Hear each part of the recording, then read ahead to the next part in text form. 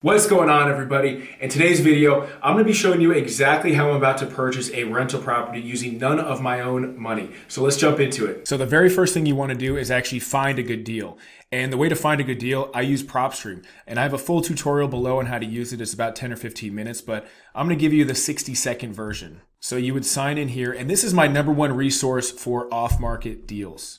So whatever area you live in or whichever area that you're marketing to, you would just want to find that. So I'll do, let's say, Alexandria, Virginia. And I use PropStream a lot in my videos, but it's such a great resource. In this day and age, data is everything. So if you have the best data, you can get the best leads, which often leads to the best deals. So what you want to do is you want to go to filter. What I typically like to do is find homeowners that have lived there, at least 10 years, so they've built up some equity, and then also owners in up and coming areas. So I was kind of broad with this search right here, but you can really get it down to like an up and coming zip code where there's a lot of transition happening. So you can do property characteristics. You can even just do it by like condos or multifamily, that type of thing. I'll keep it pretty open for right now. And I'm going to do ownership info. And then so we'll do at least 10 years of ownership. And you can also just do like quick lists. So you can just look up like pre-foreclosures. You can do tired landlords. So that's people that have owned a property for at least 15 years. That can be another great list. So you want to try to list stack, as they call it. So you want to do ownership. You want to have at least like 2 or 3 or even 4 different criteria when it comes to your marketing list. So we'll just add 10 years of ownership, and we'll just also say senior owners. So maybe someone that just wants to cash out. And you can see with Alexandria, there's like 15,000 people. So in this scenario, you might want to really narrow it down to more of the transitional types of areas, or you could just market to 15,000 people. But basically you want to do this, and ideally you want to contact like 1,000, 5,000, or even like 10,000 people in 1 month. Maybe try to do like a 30-day challenge where you try to contact 10,000 people.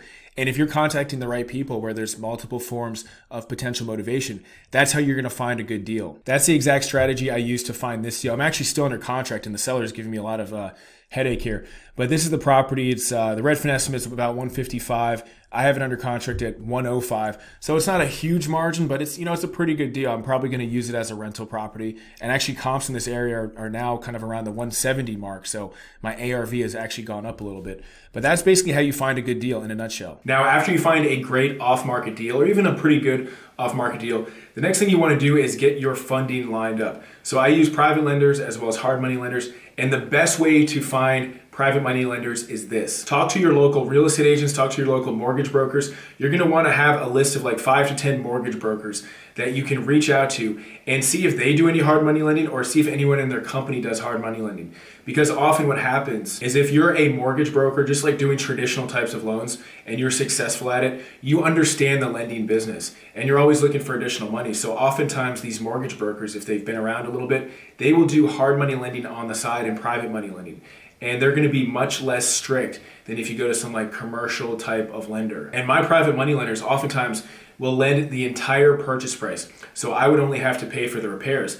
But not only that, what I can do is I can have a friend, family member, or associate. I can do some type of loan arrangement with them where they would pay for the repairs. Or if you don't have any cash, what you can do is just get access to credit. Contractors accept credit cards. So you wouldn't necessarily have to come out of cash, out of your own pocket if you're good with credit. Once you have a good credit score, ask your credit company to increase your credit line by 10, 20, even 30,000. If you have good credit, you pay your bills on time, your credit card company, your bank, they're going to have no problem whatsoever increasing your credit card limits. And you can also get like personal lines of credit. You can get home equity lines of credit. When your credit score is good, that's when you want to try to just expand the amount of credit that you have. Not because you're necessarily going to use it for every single deal, but it's nice to just have as a backup, or potentially use it, to fund repairs. Or even if you have like a personal line of credit or HELOC, you can fund that for the down payment of a different investment property. The next thing you want to do is renovate the property. So hopefully you can get a lender that's going to fund the repairs, or you can just put it on credit, or if you have to, you can come out of pocket. But the best way to renovate it is to just look at the comps and look for some great ideas from the comps. So I'll just show you this property I'm working on here. So I'm gonna go into the MLS, and I'm just gonna look at the last 6 months. And you can go further than that if you want some better ideas, but I'm just gonna see exactly what these types of properties have done to sell for the premium amount. So here's all the comps. I should have a lot to look at. And what you should do is you should look for the highest priced sales. So these are at 170, and I can just go through. Looks like it's not even that good landscaping. So I could probably this is a condo, so I probably don't have too much influence over the landscaping, but could probably do a little bit better curb appeal. So obviously we need to paint the property. I can come up with my scope of work just by looking at these photos. And what I'm going to do is choose like the best 5 or 10 things that I can see from the different listings. So I should probably have updated appliances, paint, new floors, some type of backsplash. And some of these aren't even that nice. So I can go to this one. Like that's not even really that nice. So I might not even need to do all that, but I probably will. I just want to make mine stand out, above the others. With this one, we're not trying to resell it. We're just trying to have the bank appraise it for basically this price so that they can refinance the loan and I wouldn't have to come out of pocket.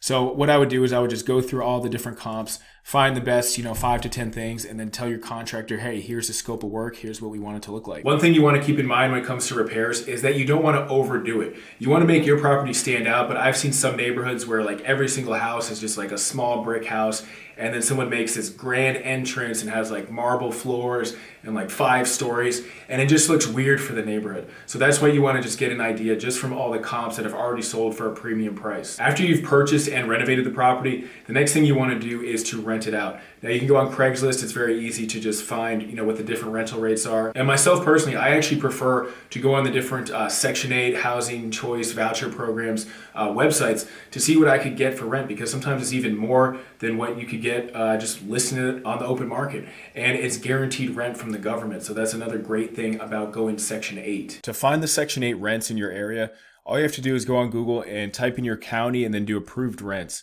So this is PG County, Maryland. So I'm going to do PG County approved rents. And it's the first thing that shows up. So you might have to search housing choice voucher payment standards or housing choice voucher, some variation of that, and it should come up. And then all you have to do is search by zip code. So you can see here's the studio, 1 bedroom, 2 bedroom.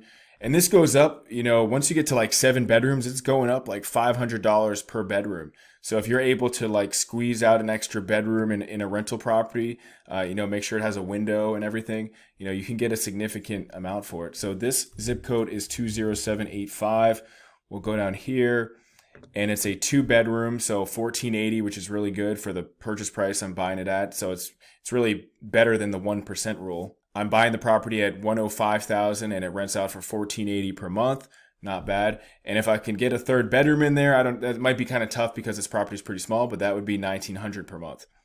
So that's how you do it. And then what you want to do after you've purchased it, renovated the property, rented it out, and this process can take, 3 months, 6 months, it can even take 12 months, is you want to refinance the property. And ideally, if you're doing this correctly and you don't want any money out of your own pocket, you would have bought the property with at least 25% equity after you've done all your repairs. So for an example, let's say the property is worth $200,000 in the after renovated condition. You multiply that times 0.75, and that's where your total cost should be, including renovations. Because what the bank is going to look at, the bank for rental investment properties is typically going to want at least 25% equity. So if it's less than 25% equity, then you're going to have to bring some money to the table, which is okay. But ideally, you're going to have enough equity so that they can just completely pay off the loan and you'll have a rental property that's cash flowing from day one. If you have any questions about this process, drop them in the comment section below and be sure to watch this video right here, and I'll see you on the next one. Bye.